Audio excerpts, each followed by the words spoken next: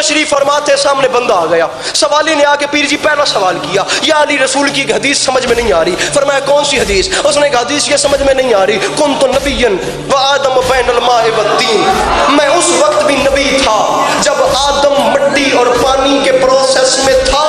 علی نے مسکرا کے فرمایا آدھی سن کے پریشان ہو گیا، پوری سن، کنت ولیا وآدم بین الماء والطین، میں اس وقت بھی ولی تھا جب آدم کا پانی اور مٹی میں تھی۔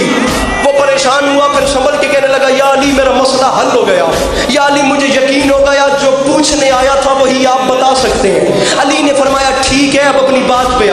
اس نے کہا یا علی سوال یہ ہے جب کچھ نہیں تھا، ابھی آدم بھی نہیں تھے اور حضور نبی تھے، تو یہ رہتے کہاں تھے؟ اب سینہ اطہر پہ میرے مرشد نے ہاتھ مارا، سینہ اطہر پہ ہاتھ مار کے فرماتے پوچھے تو سن میرے حضور رہتے کہاں تھے؟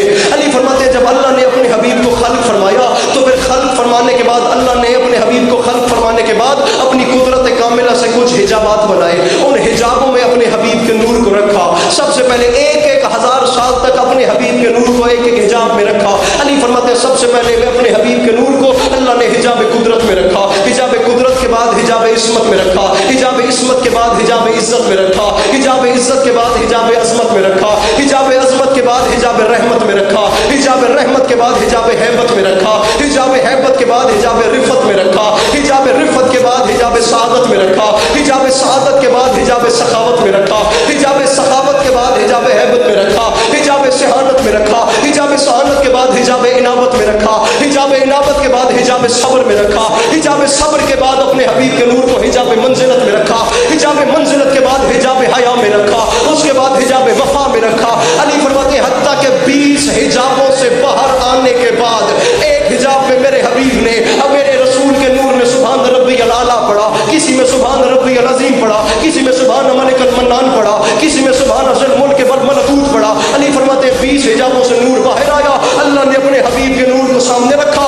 اور دیکھنا شروع کیا، اللہ نے خطاب دینے شروع کیے۔ اللہ فرماتا گیا تو ہی ختم الرسول ہے، تو ہی مخلوق اول ہے، تو ہی خاتم النبیین ہے، تو ہی باعث تخلیق دو عالم ہے۔ علی فرماتے ہیں اللہ خطاب دیتا رہا، حبیب شکرانے کے نفل ادا کرتا رہا، خدا خطاب دیتا رہا، رسول سجدے ادا کرتے رہے، اللہ دیکھتا بھی رہا، خطاب دیتا بھی رہا۔ قبلہ نسیم صاحب فرما گئے تھے اللہ نے اتنے پیار سے اپنے حبیب کو دیکھا، اتنے پیار سے دیکھا کہ اپنے ہی بنائے ہوئے پر خود ہی عاشق ہو گیا، اپنے بنائے ہوئے پر وہ خود ہی عاشق ہو گیا۔ جب خدا نے خطاب دے لیے تو حبیب نے آخری سجدے سے سر اٹھایا۔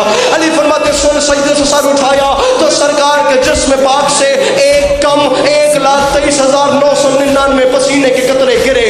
جب 1,23,999 کے پسینے کے قطرے گرے تو اللہ نے اپنے نبی کے پسینے کو ضائع نہیں کیا بلکہ ایک پسینے کے قطرے سے اللہ نے ایک نبی بنا دیا۔ علی فرماتے ہیں آدم صفی اللہ بنے سرکار مصطفیٰ کے پسینے سے، نوح نجی اللہ بنے سرکار کے پسینے سے، ابراہیم خلیل اللہ بنے سرکار کے پسینے سے، موسیٰ کلیم اللہ بنے سرکار کے پسینے سے، عیسیٰ روح اللہ بنے سرکار کے پسینے سے۔ علماء عرفاء فقہاء تینوں طبقوں سے علی عباس عسکری سوال کر رہا ہے جو نبی حضور کے پسینے سے بنے ان کو بلایا کیسے جاتا ہے؟ آدم علیہ السلام، نوح علیہ السلام، موسیٰ